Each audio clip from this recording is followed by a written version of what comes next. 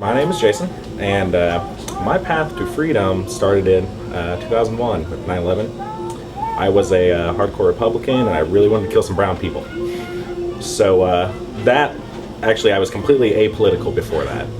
So that's what got me watching, news channels and Fox News and all that. So that kind of got me started even to thinking about political things. So it was my senior year of high school, and just things like that never crossed my mind before. But so it kind of died off after a while, and just watched the Kerry and Bush debates and thought both of them were idiots, and eventually kind of just led down to where just faded away and just never really thought about much of it until one day on a local forum where I live, WichitaRacing.com. It's just a car guy, kind of car forum. A guy posted a link to freedom to fascism. So something I never thought of before, and it's just some guys telling me I don't have to pay income tax because there's no law. So, which then led me to find Ed Brown and their epic tale of just ridiculousness. and where I heard about Ed Brown was from a Free Talk Live episode that someone had just posted somewhere.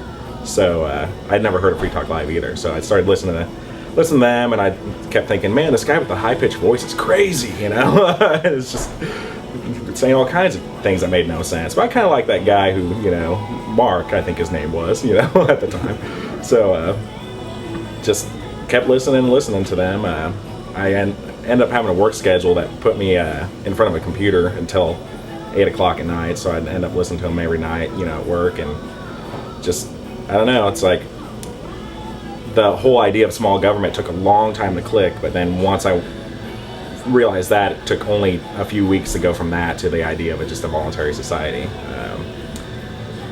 Which, once I had that idea, I still thought about, well, what about, what if a whole bunch of companies got together and made a government, or what about the roads, and all the typical issues. But it's just, it takes some time, but after a while you realize that even those questions don't really matter. It's about the fact that a voluntary society is a moral society, and using violence to solve complex social problems is not the solution.